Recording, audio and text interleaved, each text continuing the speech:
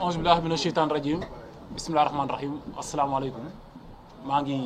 ngi nuyu ñëpp di ziar ñëpp di ñëw rek di déjà pour teewlu samay frères rappel à l'ordre yi nga xamante ni comme ñun ni ñu koy defee saa su ne nous sommes des activistes activisme moom ku ne xam nga mooy lan mooy à chaque fois ci côté peuple bi ngay féete man loolu laa gëm loolu mooy activisme c'est-à-dire ba peuple bi activiste mënul ànd ak pouvoir mënul nekk. alors Sénégal li fi xew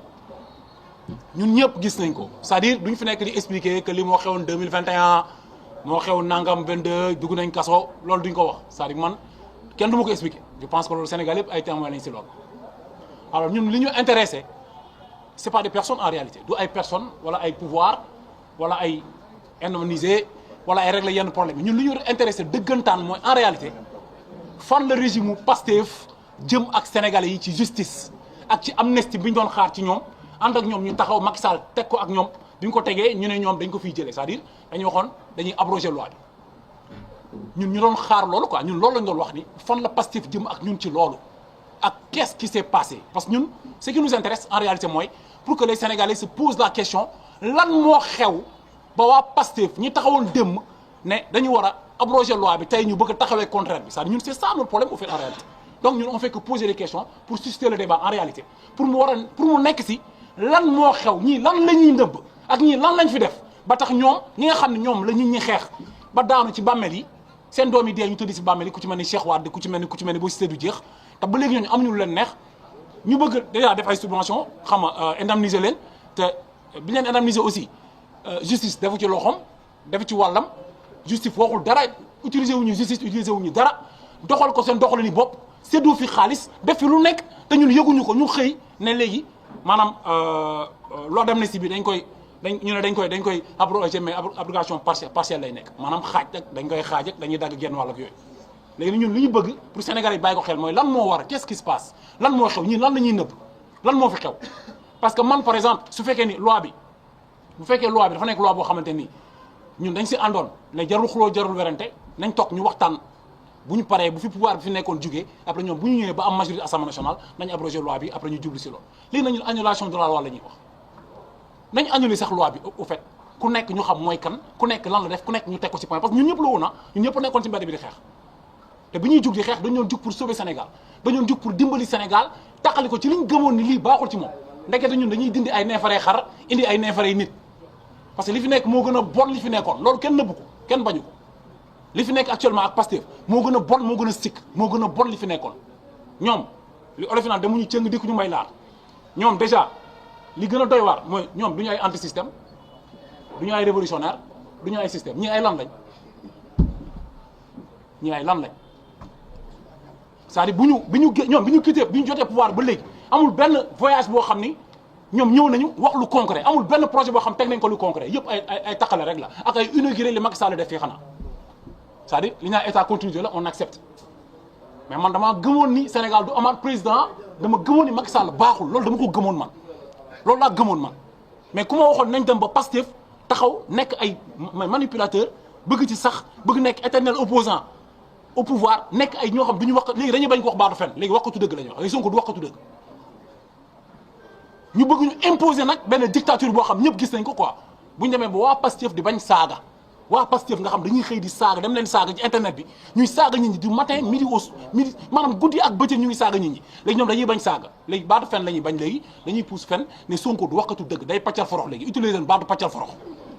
comme dañuy bañ fañ léegi nañu wax Sonko paccalkatu forox la léegi maintenant comme dañuy paccal forox te ñoom amuñ ci kersa xam nga maa tey di paccal forox bi moo doy waar quoi au fait yow li ngay wax du dëgg yaa ngi paccal forox ñi ngay waxal nga jàkkaarloo ñu xam nañu yow da ngay paccal forox yow xam nga ni yow ñi ngay waxal xam nañu da ngay paccal forox nga continuer di paccal forox lii du feebar mais lii c'est une maladie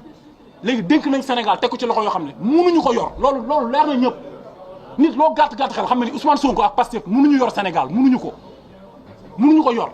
léegi ndax ñun suñu frère yi ñu waxoon ñun taxaw ci mbedd bi di manifester di def ay conférence de presse di def ay live suñu kër yi di xeex di wax ba xale yi di gën di dee suñu yaay di leen bàyyi ay borom kër man seen doom yi gën leen ngeen xeex libéré Sénégal ndekete ñun lii la ñuy jox Sénégal ndekete ñun fii lañ jëmee Sénégal maintenant jot na nag ñu wax ak ñoom ne leen loi d'amnistie bi ñun bañu si dara maanaam dañ koy annuler sax nag man li tax ñu jóg képp ku woote ci taxaw ci luy tax justice am justice bi équitable ñu respecté justice sénégalaise bi teg ko fi ñu ko waroon teg ñu fexe ba sénégalais yi bu ne ñëpp nag laa la wax bépp doomu Sénégal ak koo xam ne da nga nekkoon benn parti politique ak fu mu nekk nga moom sa bopp gis sa bopp ci dëkk bi loolu ñun mooy suñu devoir mooy suñu rôle parce que xeexuñu woon pour am sénégalais bu ñuy beddi gis nañ ci ñoom nag méchanceté boo xamante ne nii wax naa ko keroog ne Lac de Guiers parce que bu ñu ko mënoon téye boo waa Pastef rek di ci naan sax dañ koy def ndax seen méchanceté mais alhamdulilah ba yàlla moo yor jaam yëpp quoi maintenant li ma doon wax sama gàcce gi ak yooyu gàcce gi moom waxatuñ ko mais en réalité fu may dellu si waat rek juste ma daanelee ko wax ji mooy le 2 incha allahu rabbi bu fekkee ni le 2 à l'Assemblée nationale fa la ñu war a voter loi ne dañuy def la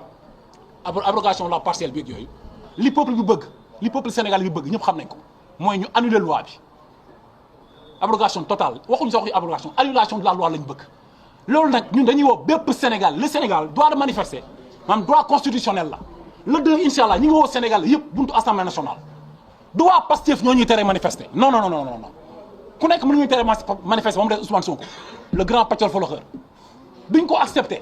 maintenant li ñu gëm mooy képp koo xam ni jeune nga gëm Sénégal moo xam foo mën a bokk moo xam société civile moo xam parti politique mais waa Pastef ñoom sax ñi leen di woo ñu taxaw buntu Assemblée nationale ñi gëm ni Cheikh Wade ak keneen ñi deewuñu pour mu nul xam nga ñi gëm ni deewuñu pour mu nul en réalité som rek ma yeggal c'est-à-dire ñi gëm ni pare naa ñi gëm ni deewuñu pour mu nul c'est-à-dire kenn deewul pour mu nul ñun xeexuñu woon pour ñu sacrifier suñu àdduna pour jël ay Ousmane Sonko ay Bassirou Diomaye Faye ak ay ñoom Amadou Ba ay je sais pas ki jox leen pouvoir bi ñuy naatagu lax di lekk ay comment dirais-je fonds politique ay 50 millions ba pare jël nit ku dee nga jox ko 10 millions loolu dafa ñaaw loolu c'est lâche loolu trahison la loolu dafa ñaaw te yow xeexoo dara boo génnee sax ne da ngay xeexi juróom benn fukki junni ponk la lay wër kenn du la jege sa biir 4x4 ngay nekk sol say noa fi doo génn oto bi ngelaw du la sax ëpp doomu jaamari di dee ci mbedd bi après tu viens yow amoo gàccee jàkkaarloog seen waajur yi ne da ngay abroger loi bi partiellement doo def lu leer doo def transparence ci ñi ñuy tëdd si bàmmeel duñ ko nangu donc le 2 ñu ngi woo tous les Sénégalais li jégalu ñëpp nag dinañ wax ni li ñu tax a jóg mooy rappel à l'ordre bi ñu ànd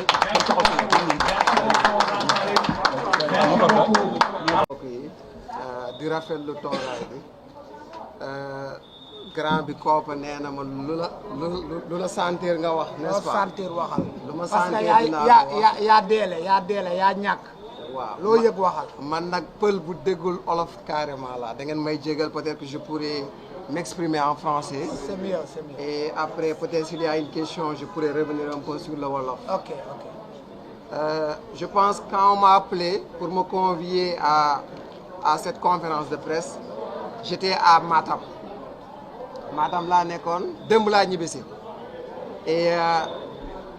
ce qui s'est passé mooy je ne suis pas à 100% d'accord avec tout ce qui s'est dit ici je vais être très clair parce que je ne vois pas le mouvement rappel à l'ordre comme un mouvement anti-Pastef aussi. non on n'est pas anti-Pastef. Mais quand même dans les prises de parole on sent nettement qu'il y a une certaine vraiment voilà. Non, c'est ce que je dis. Moi, je vais dire ce que je pense. Ça peut ne pas plaire aussi. Ok, c'est bon. Que ça soit les membres de rappel à l'ordre ou bien aux personnes qui nous regardent. Ok. Je dis ce que je pense parce que je ne fais pas partie du mouvement. C'est important. Alors moi, je suis ami et porte-parole de la famille de Baba Kana, l'artiste décédé le 23 juin 2023 au HLM Niary Tally.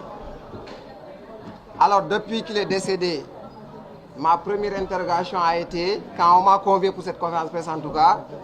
où étaient les membres de ce mouvement? Quand nous, sa famille, ses proches, ses amis, on était sur le terrain en train de rechercher un corps sans vie. Parce que je me rappelle très bien, j'ai pris ce téléphone-là, j'ai appelé des membres ou bien des rappeurs, des artistes rappeurs qui osaient prendre la parole.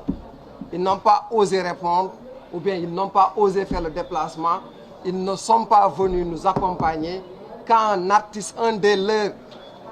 était tombé sur le champ de bataille et que tous se sont repliés. J'ai entendu un jour chat de Kergui dire « Ouais, parce qu'un des artistes est tombé sur le front entre... » Mais pardon, vous allez m'excuser du terme, what the fuck? Chat, je l'ai appelé au téléphone. Très bien. Je l'ai appelé au téléphone. Je vais dire les termes. Ça peut ne pas plaire aux gens. Je l'ai appelé au téléphone pour lui dire grand dañ la soxla parce qu'on recherche quelqu'un koo xam ne dafa sori si ñun. Et puis c'est quelqu'un qui a manifesté du temps de Y'en a marre, qui a été arrêté avec Malal Tall l'a rappelé un jour à la télé, qui a été arrêté avec beaucoup de gens de Y'en a marre. Et pourtant, tous reconnaissent que c'est un gars poli, c'est un gars discipliné, c'est un gars qui a été là pour ses grands frères. Mais quand je l'ai appelé, je l'ai eu au téléphone, il s'est terré chez lui, il s'est caché, il ne s'est même pas montré. Jusqu'à ce que nous, on ait retrouvé notre ami, qu'on ait fait l'autopsie,